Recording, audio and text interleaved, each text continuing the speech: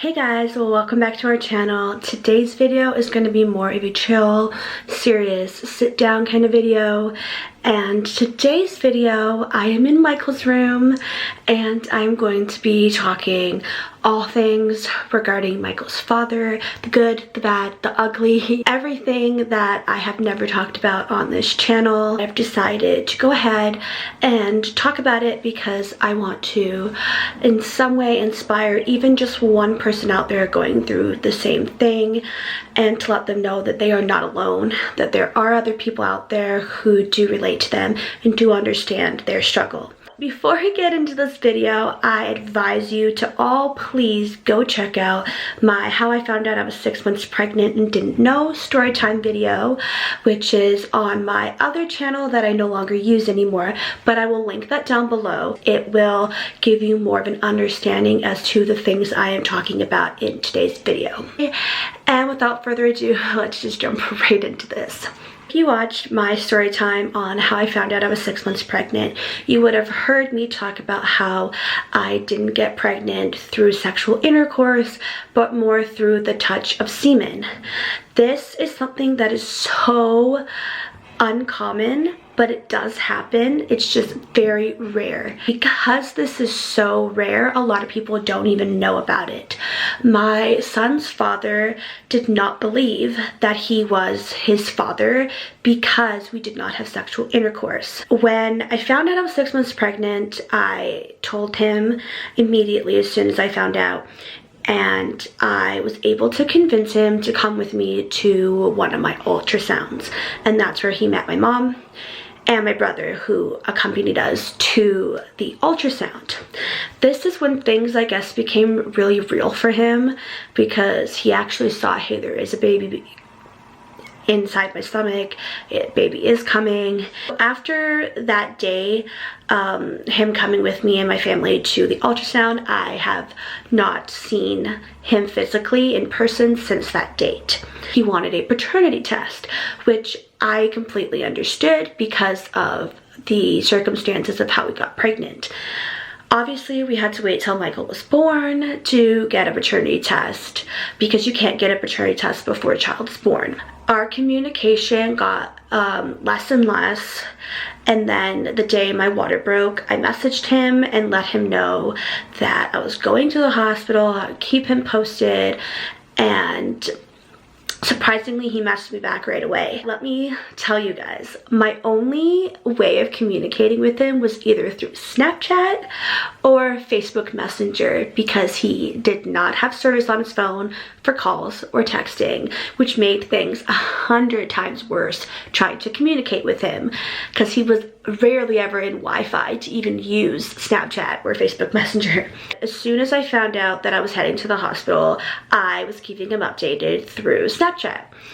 I then informed him of what was happening and how the doctors were going to be inducing me the next morning, and told him I needed him to be there if he wanted to be a part of this, all of that, and he made every excuse in the book. He told me that he had to watch his little brother, who, by the way, was old enough to watch himself. He was like a middle school child, somewhere between 11 and 13, I'm guessing. I don't exactly know his age, I just know he was old enough to stay home and watch himself.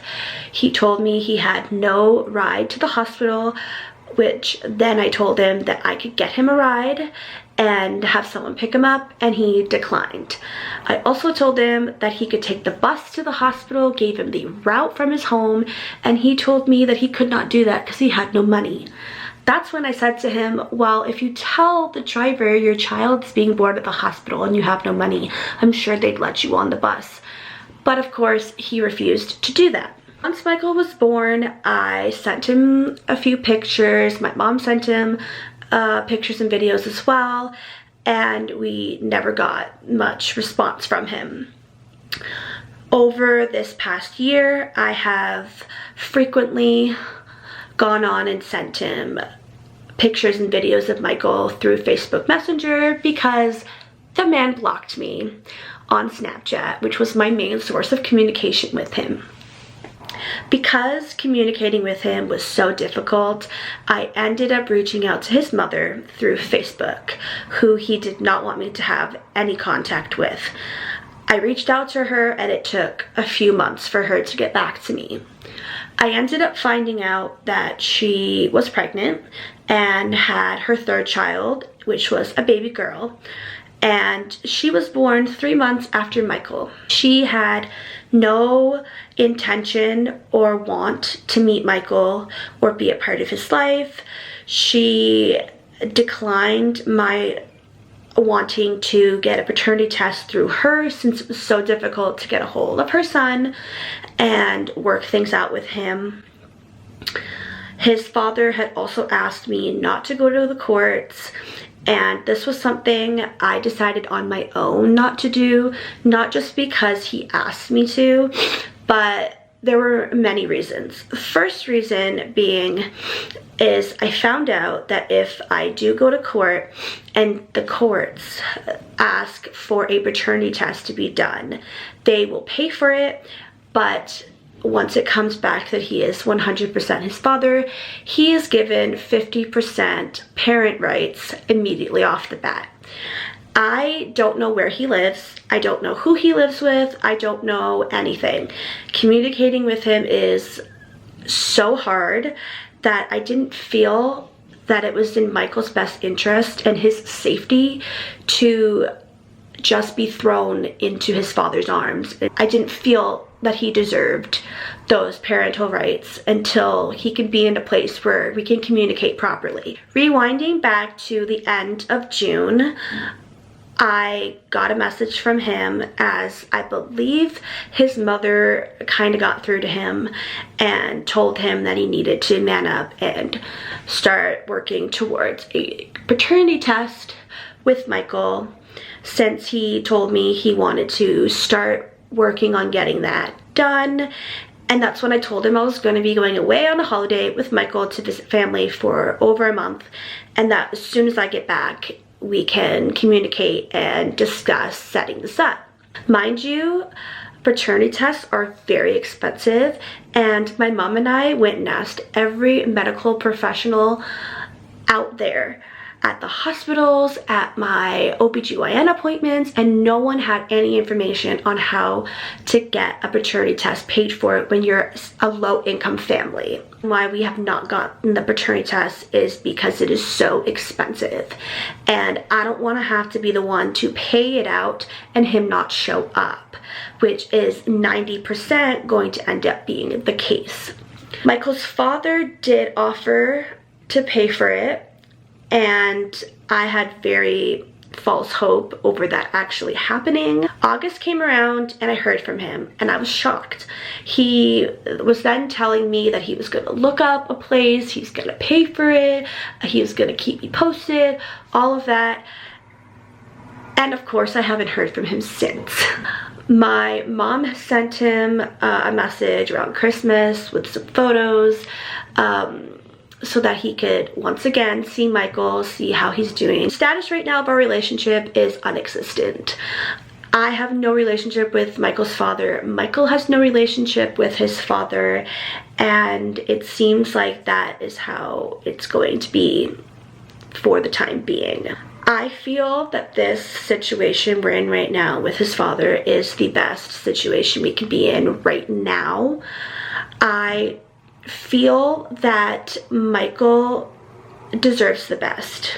He deserves to have a father in his life who wants to be there and wants to take care of him and love him, and that is not the case with his father. I was very fortunate enough that my father was in my life. I have so many great memories with him. I could always rely on my dad and know that my dad would always be there.